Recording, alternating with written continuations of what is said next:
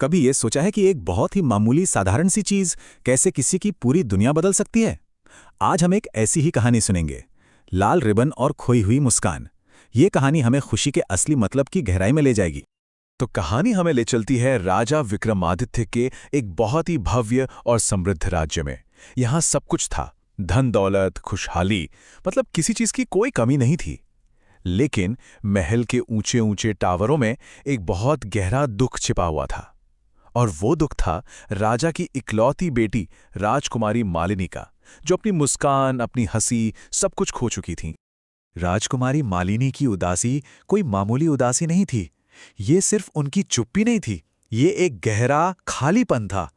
वो दुनिया से इस कदर कट चुकी थी कि महल की सबसे ऊंची बालकनी ही उनका घर बन गई थी, जहां से वो बस घंटों दूर पहाड़ों को घूरती रहती थी। ऐसा लगता था मानो उनके दिल पर कोई ऐसा बोझ रखा हो जो उन्हें हंसने या खेलने की इजाजत ही नहीं देता था।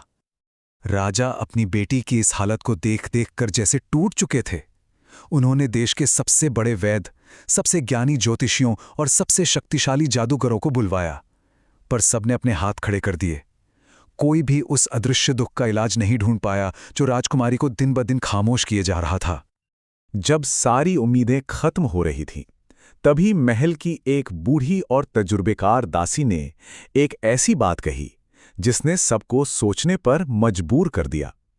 उन्होंने समझाया कि राजकुमारी की बीमारी का इलाज दौलत या जादू में नहीं है, बल्कि उनके दिल की गहराइयों में, उनकी भावनाओं में छिपा है। उस बूढ़ी दासी की सलाह ने राजा को एक नई उम्मीद दी।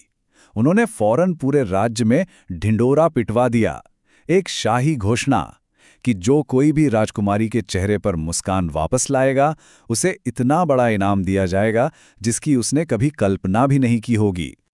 इस घोषणा ने तो जैसे पूरे राज्य में हलचल मचा दी। जैसा कि इस चार्ट में भी दिख रहा है, राज्य के कोने कोने से हर तरह के कलाकार और हुनरमंद लोग अपनी किस्मत आजमाने आए। हास्य कलाकारों ने अपने सबसे मजेदार चुटकुले सुनाए, जादूगरों ने हैरान कर देने वाले करतब दिखाए, लेकिन राजकुमारी पर किसी भी चीज का कोई असर नहीं हुआ। सब कुछ बेकार गया। जरा सोचिए उस दरबार का आलम। एक से बढ़कर एक शानदार प्रदर्शन हो रहे थे, लेकिन सब के सब नाकाम रहे। राजकुमारी एक पत्थर की मूरत की तरह बैठी रहीं। उनकी आंखों में आंसू तो थे, पर होठों पर मुस्कान का कोई नामो निशान नहीं था। ये देखकर राजा की निराशा और भी गहरी होती जा रही थी। जब महल में हर कोई अपनी हार मान चुका था और उम्मीद की आखिरी किरण भी बुझती हुई दिख रही थी, तभी कहानी में एक ऐसे हीरो की एंट्री होती है जिसके बारे में किसी ने सोचा भी नहीं था। रघु, जंगल से आया एक गरीब लेकिन बहुत ही साफ दिल का लड़का। यहां रघु और दूसरे दावेदारों के बीच का जमीन आसमान का फर्क बिल्कुल साफ दिखता है। जहां दूसरे लोग सोना, जवाहरात और बड़े बड़े जादुई करतब लेकर आए थे, वहीं रघु के पास क्या था? सिर्फ एक फीका सा पुराना लाल रिबन। उसका लक्ष्य आधा राज्य जीतना था ही नहीं, वो तो बस राजकुमारी के दिल को थोड़ी सी राहत पहुंचाना चाहता था। दरबार में मौजूद सभी लोगों की हंसी के बीच रघु राजकुमारी के पास पहुंचा और बहुत ही नरमी से अपनी मां का वो पुराना रिबन पेश करते हुए ये शब्द कहे। उसका इरादा इनाम जीतना नहीं, बल्कि बस थोड़ी सी सच्ची हमदर्दी दिखाना था। और फिर सालों के सन्नाटे के बाद पहली बार राजकुमारी ने कुछ कहा। उनकी आवाज में नफरत या गुस्सा नहीं था, बल्कि एक हल्की सी मासूम सी जिज्ञासा थी। ये एक बहुत छोटी सी शुरुआत थी, लेकिन ये एक बहुत बड़ी उम्मीद की किरण थी। रघु का ये जवाब किसी कविता से कम नहीं था। ये बहुत ही गहरा और हमदर्दी से भरा हुआ था। उसने रिबन की पुरानी फटी हुई हालत को राजकुमारी के दुखी और फटे हुए दिल से जोड़ दिया, और उन दोनों के बीच एक अनकहा भावनात्मक रिश्ता बन गया। और जैसे ही रघु ने वो नरम पुराना रिबन राजकुमारी के बालों में धीरे से बांधा, मानो समय वहीं रुक गया हो। एक ताला खुला। एक लंबे समय से भूली हुई, दिल में कहीं दबी हुई याद अचानक ताज़ा हो गई। वो रिबन सिर्फ एक धागा नहीं था, वो उनकी माँ के प्यार, उनके बचपन की खुशियों और उनके खोए हुए दिनों की निशानी था।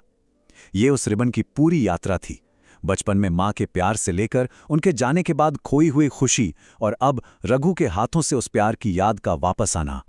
और उसी पल सालों में पहली बार राजकुमारी के चेहरे पर एक हल्की सी, लगभग न दिखने वाली मुस्कान दिखाई दी। सिर्फ एक, लेकिन वो एक मुस्कान किसी चमत्कार से कम नहीं थी।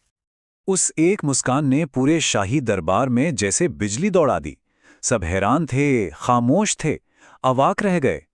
जो काम बेशुमार दौलत और बड़े बड़े जादू नहीं कर सके, वो एक गरीब लड़के के साधारण से फीके पड़ चुके रिबन ने कर दिखाया था। राजा के इन शब्दों ने रघु के उस सीधे साधे काम की असली कीमत को पहचान लिया। वो समझ गए कि रघु ने सिर्फ एक मुस्कान नहीं लौटाई, बल्कि एक खोई हुई याद, एक भूली हुई भावना को वापस जिंदा कर दिया था। वो एक मुस्कान सिर्फ एक पल की बात नहीं थी, बल्कि वो राजकुमारी के जीवन में एक नए अध्याय की शुरुआत थी। उस दिन के बाद वो धीरे धीरे अपने दुख के खोल से बाहर आने लगीं और उन्होंने फिर से खुशियां ढूंढना शुरू कर दिया। राजकुमारी का ठीक होना कोई जादू नहीं था, ये एक सफर था। इसकी शुरुआत उस रिबन से हुई जिसने एक भूली हुई याद को जगाया, और ये सफर रघु के साथ सच्ची दोस्ती और भावनाओं से जुड़कर पूरा हुआ, जिससे राजकुमारी ने फिर से हंसना और जीना सीख लिया। और वो लाल रिबन, वो अब सिर्फ रघु की मां की याद नहीं था। कहानी आगे बढ़ती है और हमें दिखाती है कि कैसे वो साधारण सा रिबन राजकुमारी और रघु के प्यार की निशानी बना और फिर एक पारिवारिक विरासत बन गया, जो आने वाली पीढ़ियों के लिए प्यार और यादों का प्रतीक था। और यही तो इस कहानी की असली खूबसूरती है। प्यार की ये विरासत एक पीढ़ी से दूसरी पीढ़ी तक चलती रही। वो लाल रिबन हमेशा ये याद दिलाता रहा कि सच्चा प्यार और उससे जुड़ी यादें कभी खत्म नहीं होती, वो हमेशा हमारे साथ रहती हैं। तो इस खूबसूरत कहानी के आखिर में आइए एक पल रुककर सोचें, इसका असली मतलब क्या है?